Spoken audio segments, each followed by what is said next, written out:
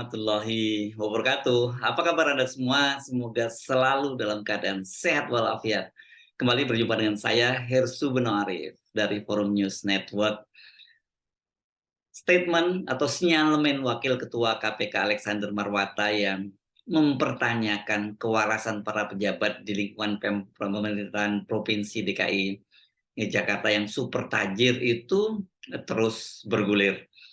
Kepala Satuan Polisi Pamong Praja Arifin yang berdasarkan data laporan harta kekayaan penyelenggara negara menjadi pejabat terkaya di lingkungan pemerintahan Provinsi DKI. Ini perlu dicatat ya, ini di luar pejabat gubernur DKI Heru Budi, karena Heru Budi lebih kaya lagi. Datanya dia 31 miliar kekayaannya. Dia Arifin ini mengaku mengklaim dia itu setelah salah menginput datanya. Harta sebenarnya lagi dihitung, yang jelas ada kesalahan. Itu kata Arifin di Balai Kota Jakarta Selasa tanggal 20 Desember 2022 siang hari ya. Ada kesalahan dalam pengisian data, nanti kami perbaiki, kata dia. Berdasarkan data LHKPN, laporan harta kekayaan penyelenggara negara periode 2021 yang dihimpun oleh berbagai media itu, Arifin itu memiliki 9 bidang tanah dan 7 bangunan dengan total nilai itu 24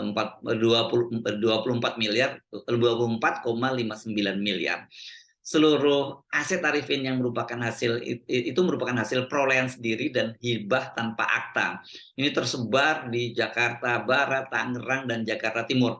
Sedangkan nilai aset kendaraan itu ada, dia punya 4 mobil dan 1 motor. Itu total 573 juta. Ditambah harta bergerak lainnya senilai 694 juta, kas atau setara kas senilai 200 juta. Ini rinciannya begitu ya, makanya kan diperoleh 24,5, dibulatkan begitulah ya, 24,5 miliar.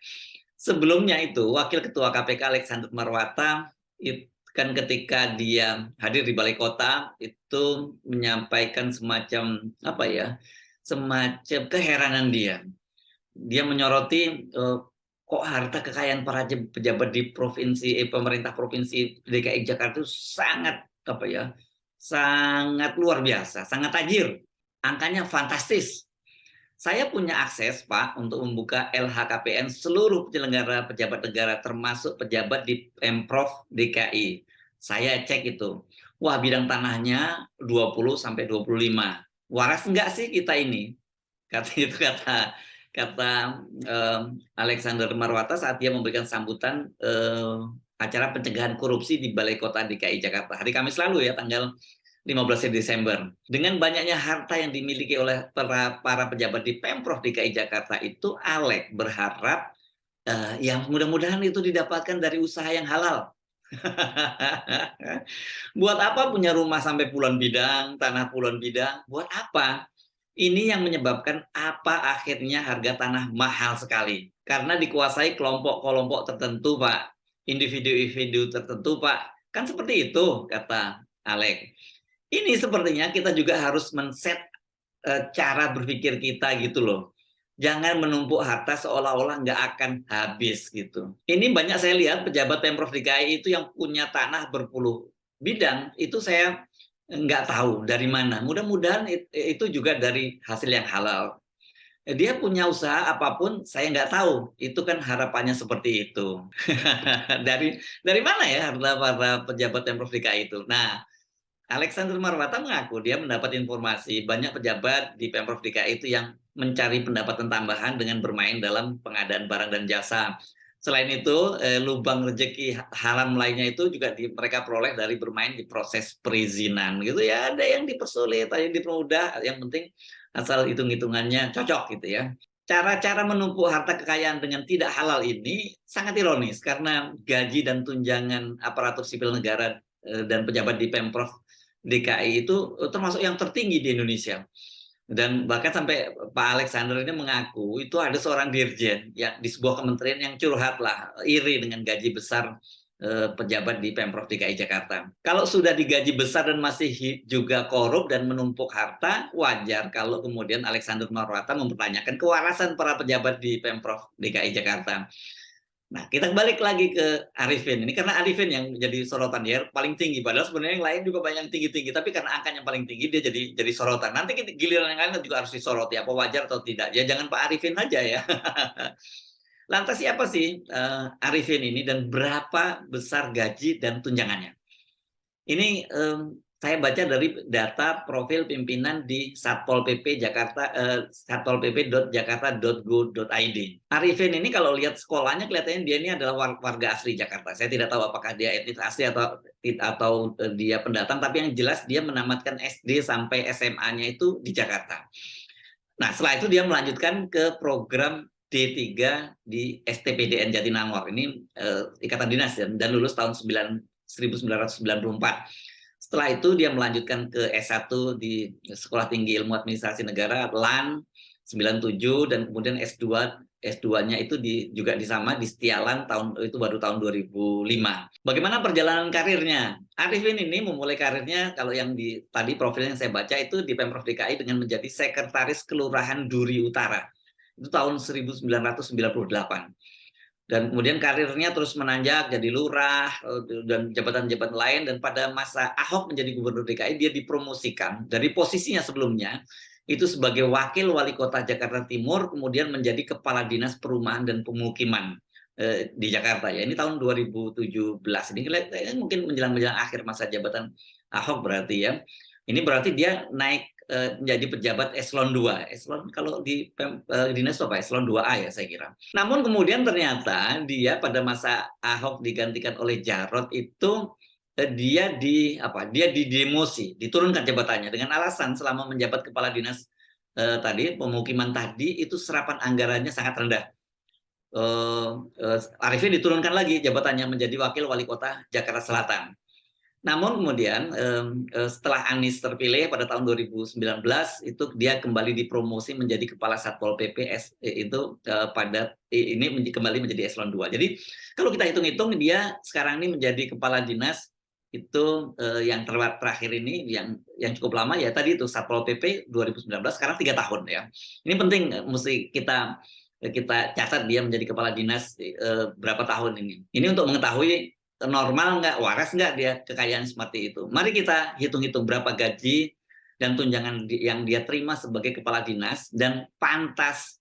Nah, maksud saya waraskah kalau harta kekayaannya itu sampai 24,5 miliar sekian. Sebagai ASN itu kisaran lah ya gaji pokok seperti Arifin ini dengan masa kerja semacam itu antara 3 sampai 5 juta. Kita buat tertinggi lah 5 juta gitu ya. Dan sebagai kepala satuan itu dia menerima tunjangan 57 juta 870.000 ya 58 juta kira-kira begitu ya kalau kita bulatkan. Gede banget ya. Ya memang ini yang tadi makanya menurut Pak Alexander Marwata banyak dirjen juga yang iri karena kalau dirjen nggak sampai tunjangannya semacam itu, menteri aja lebih kecil ya dari itu ya. Nah, selama ini kan orang pasti nganggap remeh kalau cuman Satpol PP. Jangan salah, Satpol PP di Jakarta tuh gaji dan tunjangannya sangat gede ya. Anda mau tahu, ini tunjangan para pejabatnya ya, jangan yang di bawah nih. Saya bacakan daftar tunjangan di lingkungan Satpol PP ya. Wakil Kepala Satuan tadi 50.670.000 ya.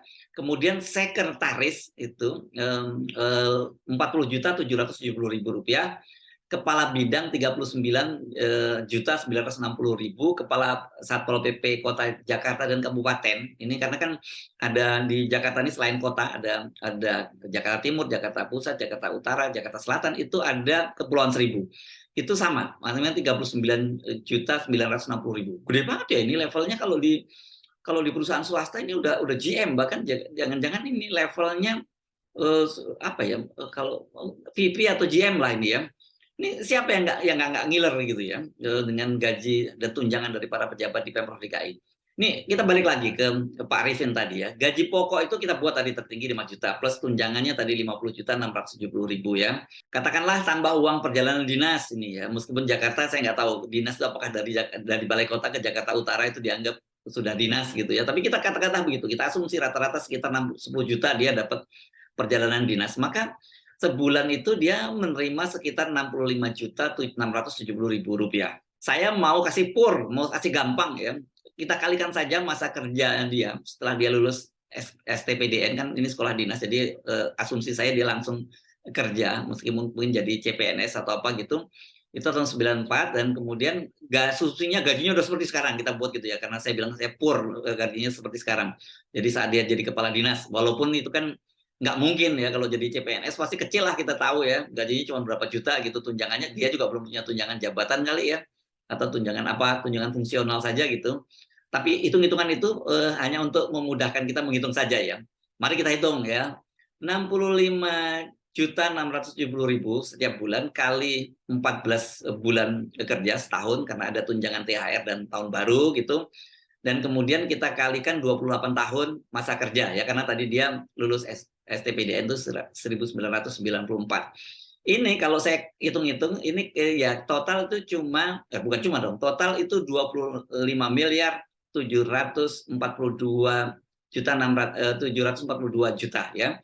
Ini memang lebih gede ya dari harta kekayaan dari Arifin yang sekarang gitu ya. Tapi itu artinya semua gaji dan tunjangan terus yang dia tabung bersama keluarganya itu semua ditabung ya. Dia nggak makan apa-apa gitu. Dia total puasa selama 28 tahun. Ya. Maka itu harta kekayaan dia itu 25 miliar sekian tadi, 7 lah, 742 juta tadi itu kalau asumsinya tadi sekali lagi dia pertama kali masuk jadi pegawai negeri di Pemprov DKI gajinya udah seperti sekarang ini 65 juta gaji dan tunjangan, dan itu dia ditabung seluruhnya dan mereka tidak makan dari situ, mungkin cari makan dari tempat lain gitu atau puasa total gitu ya, anaknya nggak sekolah, nggak beli pakaian, nggak beli gaji baru, nggak pernah jalan-jalan dan sebagainya, itu total itu tadi 25 miliar. Tapi semua itu saya ingatkan tuh nggak mungkin ya, karena tadi kan dia dimulai dengan sekretaris lurah, terus kemudian lurah, wakil wali kota, nggak sebesar itu gajinya ya. Oke, mari kita hitung pokoknya ditabung semua. Katakanlah kita buat selisih, kalau gitu nggak puasa nih, kita itu nggak puasa. Katakanlah kita buat selisih hartanya dengan total gaji yang dia terima selama 28 tahun kerja. Jadi 25.740 juta tadi dikurangi 24,5 miliar. Jadi masih ada selisih 1.242 juta. Itu asumsinya begitu ya. Artinya Arifin dan keluarganya itu hanya menghabiskan dana sebesar 1.242 juta selama 28 tahun untuk biaya hidup, biaya anak sekolah dan lain-lain. Cukup nggak cukup pokoknya di situ supaya hartanya tetap tersisa sekarang ini 24,5 miliar. Kalau kita pegang angka itu, ya memang benar Wakil Ketua KPK Sander Marwata bertanya, ini nggak waras gitu. Waras nggak sih kata dia gitu ya. Karena itu saya kira itu menjelaskan mengapa kemudian Arifin sekarang mengaku dia salah input data dan akan merevisinya. Nah, tapi saya ingatkan ya, sekali lagi ini cukup kita harus fair. Arifin itu bukan satu-satunya pejabat di pemerintahan provinsi yang DKI Jakarta yang hartanya belasan miliar. Yang lain itu rata-rata memang klub miliarder. Ini kita bisa masukkan begitu ya, pejabat di Pemprov DKI ini klub miliarder. Hanya satu pejabat, saya lupa namanya, itu di bawah 1 miliar. Yang lain ada yang di bawah Arifin ini ada 19 miliar, 16 miliar, 11 miliar, dan rata-rata itu angka 5-7 miliar itu banyak yang bertebaran gitu ya. Sekali lagi perlu dicatat, jangan-jangan memang Pak Arifin ini sebenarnya nggak salah input. Dia terlalu jujur, dalam tanda petik ya, jujur menuliskan semuanya sesuai data yang ada. Tapi Pak Arifin ini jadi kaget ketika tahu kok dia paling kaya gitu. Sementara pejabat yang lain yang mungkin sudah lebih duluan menjadi eselon 2, bahkan termasuk Pak Marullah mantan sekda yang sekarang digeser menjadi deputi gubernur, itu kekayaannya lebih miskin jauh dibandingkan dengan Arifin. Berapa kemarin? 4,5 miliar kalau nggak salah Pak Marullah. Jadi ini pasti bikin Pak Arifin kaget, jengah, dan khawatir karena udah disorot oleh KPK, jadi ya dia mau revisi gitu. Masa yang lain lebih miskin dari Arifin gitu. Kan orang bertanya-tanya, di Satpol PP itu anggaran apa sih yang bisa dimainkan? Kalau izin kira-kira apa ya izin yang bisa dimainkan gitu ya. Nah, ini yang saya kira membuat Pak Arifin sekarang harus berpikir keras bagaimana merevisi gitu ya. Sementara kalau Pak Arifin tadi terlalu dalam tanda petik jujur, pejabat lain itu mengecil-ngecilkan datanya. Kok bisa? Bisa, karena KPK sendiri mengakui bahwa hampir semua, bahkan mayoritas pejabat pemerintah yang mengisi laporan harta kekayaan penyelenggara negara itu tidak jujur. Ya ini kan memang self assessment gitu ya, self assessment dari dari para pejabat untuk melaporkan harta kekayaannya itu. Nah, ini yang paling penting sebenarnya, makanya kemudian perlu pembuktian terbalik gitu ya. Nah, berapa sih kira-kira yang jujur itu? Kalau ini pegang datanya Ketua KPK Firly Bahuri ya, dia bilang itu cuma apa, mungkin cuma 5% yang jujur melaporkan, karena 95% itu tidak jujur ketika melaporkan laporan harta kekayaan penyelenggara negaranya kepada KPK. Akibatnya tadi Pak Arifin yang sekarang jadi blingsatan sendirian. Jadi kalau kita melihat data-data dari Pak Firly tadi, yang lain ini belum diungkap aja oleh Pak Alexander Marwata. Coba dong dibuka ya. Kelihatannya kan bukan hanya pejabat Pemprov DKI yang hartanya melimpah, yang menggunakan kalimat Pak Alexander Marwata tadi tidak waras. Jangan-jangan kita semua ini memang tidak waras dan hidup di negara yang juga sudah tidak waras. Saya Hasbun Arif dari Forum News Network. Sampai jumpa lagi. Assalamualaikum warahmatullahi wabarakatuh.